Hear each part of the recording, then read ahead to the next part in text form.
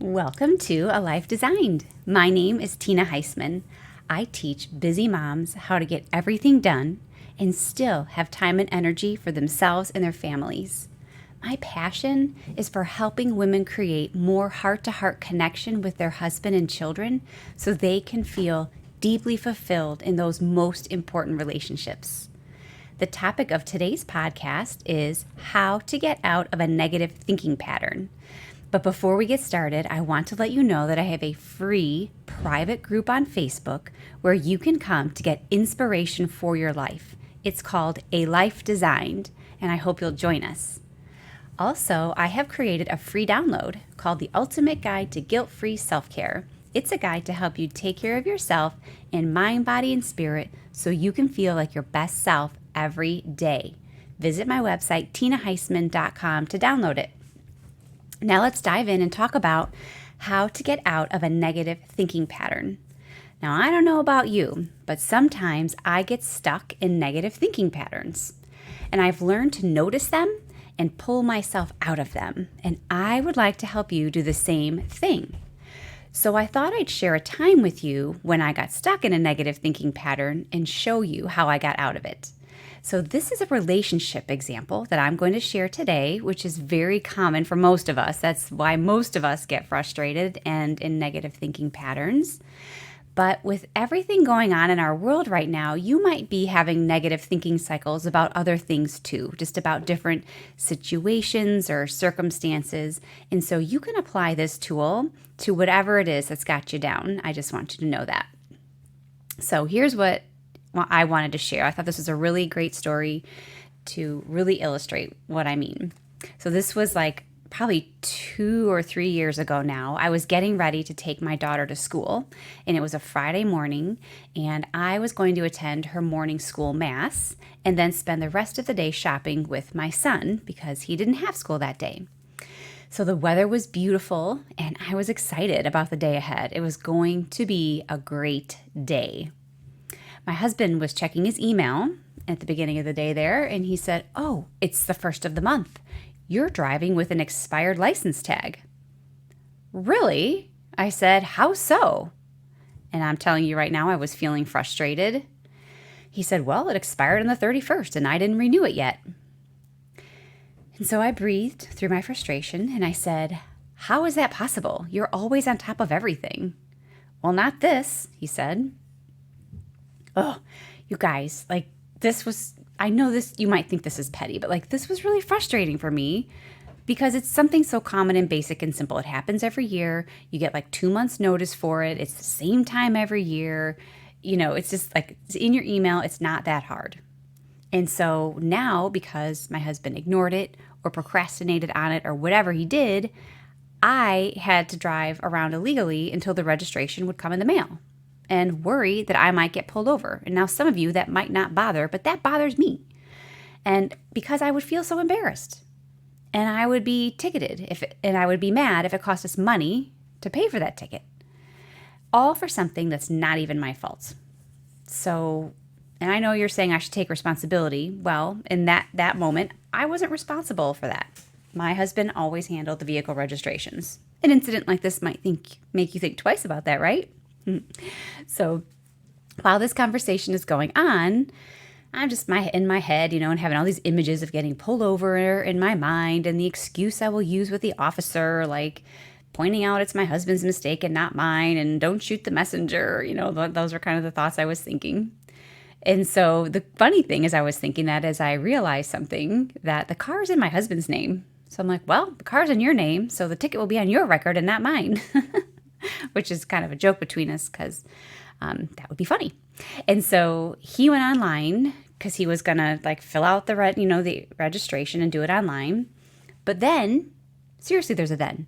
The next words I hear are, "Well, this just got more complicated. You have to get an emissions test before you renew." I was like, "What? Really? My car's only 4 years old. How is that possible? I thought that was for old cars." So now suddenly, my friends, my Friday has gotten busy with things I'd rather not be doing. I was frustrated because this might cause me embarrassment if I get pulled over, because it might cost our family money if I got a ticket, and because it was avoidable if he would have taken care of it right away. But my husband's way of doing things, always at the last minute, caught up with him. And I was just thinking, like, why does he have to be like that? I am the opposite. I like to get things done early, and this is exactly why. Because now his mistake is costing me to have to change my plans for the day. It didn't affect him at all.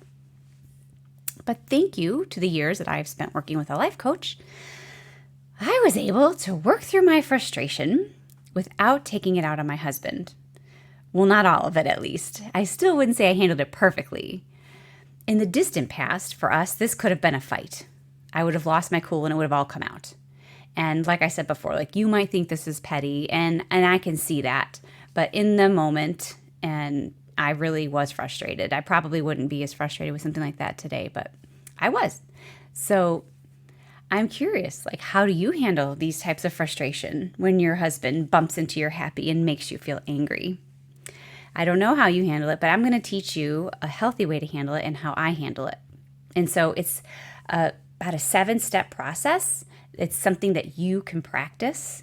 And so if you have a pen and paper, grab it and you can take notes. Otherwise, you can come back and listen another time.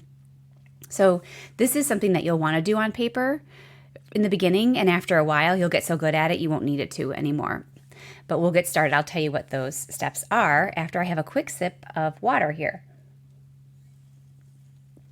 I'm sorry, I was feeling a tickle in my throat. Okay, step 1, examine your thoughts. What are you thinking as a result of what happened? And I want you to write all of those thoughts down. This is really important if you want to feel better, to take the time to write down the negative thoughts in your mind about the situation. And it could be all these different thoughts. It doesn't have to make sense. It doesn't have to be grammatically correct. Just write down everything you're thinking, all the frustrations. Get it out. And then I want you to look at your list and decide which thought is bothering you the most, like which one makes you the most upset. So in my case, one thought that entered my mind that was really bothering me was, he doesn't care about me because he procrastinated on this. And now that's a thought that obviously we're going to talk more about in step 2, but that seems like kind of a long way to go, right? From your husband making a mistake to, he doesn't care about me because he procrastinated on this. But that is a very real thought that many women jump to that conclusion. And so that really brings us to the next step, to step 2, and that is to ask yourself if that thought is true. Is it true that your husband doesn't care about you because he missed this deadline? Right? Like, usually the answer is no. In believing that your husband doesn't care about you as a result of a human error that he made is a really big stretch, especially in a case like this, right? And if you're struggling with that, with asking yourself if is it true, because sometimes our brain can't see around it, you can ask yourself, will this matter in 10 years? And that's to help you get some perspective, right? So the answer on this is no, of course not, right?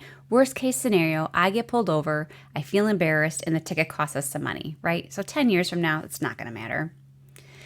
And so then we move on to step 3, and that is to ask yourself, how does it make me feel to believe this thought? So in my example, the thought is that my husband doesn't care about me because he forgot to do this. So how do I feel when I think that thought? And here's a tip, and this is really important. A feeling is only one word, like angry, frustrated, sad, mad. Most of the time, when I ask people how they feel about something, they answer me with how they're thinking about it, like with a string of words. So like if you answer the question of how do you feel about it with more than one word, that is likely a thought and not a feeling. And this is actually really important to notice this because your thoughts cause your feelings and they're separate, right? So in this example, I was thinking my husband doesn't care about me and I was feeling hurt. That would be the feeling that I identified. It made me feel hurt. And so now that we've identified that, we move on to step 4, and that is to notice how you act when you feel hurt. So this would be in this instance toward your husband. Like you might be a little bit rude to him maybe, or give him the cold shoulder, or raise your voice, or become very argumentative. These are some things old Tina might have done many years ago. You guys, the reason this is important is because our thoughts cause our feelings, and our feelings cause how we act. So if we think our husband doesn't care about us, then we feel hurt, and then we act in a way that, like treating him rudely, maybe by walking away in a huff, right? All of those things, it's like a domino effect that goes together. Your thoughts cause your feelings, and that causes the actions that you take. So now that we've noticed that, okay, like I think this thought and I feel this hurt feeling, and then I'm kind of mean to him, right? So then we move to step 5. And I want you to notice what's the result you get when you take that action based on that thought and feeling. And the result is likely that you're not treating your husband the way you really want to, right? And that makes you feel even worse. You might not realize it, but deep down inside, that really bothers you because none of us want to treat anyone badly. And even when we're frustrated with our husband, or anyone for that matter, I know in your heart of hearts that you don't want to hurt that person in the progress or the process of figuring this out, right? So looking at how we're thinking and feeling and acting helps us show up as the woman we want to be, right? No matter what. Like that's something I try so hard for, and I'm sure you do too, is no matter what is going on, I want to show up as a woman of grace, and a woman with her head screwed on straight, and a woman who is patient and kind, and even when frustrated or agitated, can be her best self. And I know a lot of you want that too. So now that we know this, we can move on to step 6, and that is to ask ourselves, is this the way we want to think and feel and act now that we know the results? And the answer is probably no, right? We don't want to think the negative thoughts that make us feel the hurt, that cause us to behave less than the woman that we are and want to be. So that one's easy and quick. But now on to step 7. Last step. This is to find a new thought that's going to help you feel the way you want to feel and act the way you want to act. Friends, this is one of the biggest problems in relationships. We let a situation get the better of us, and then we create more hard feelings by reacting instead of responding, and then we're mad at ourselves and we're mad at the other person. And so when we take these 7 steps, we slow the process down so that we can think from our rational part of our brain and not the fear-based part of our brain. And then we can confront the situation with much more peace and justice, really, and maybe problem-solving ability than if we just let our emotions get the better of us and react.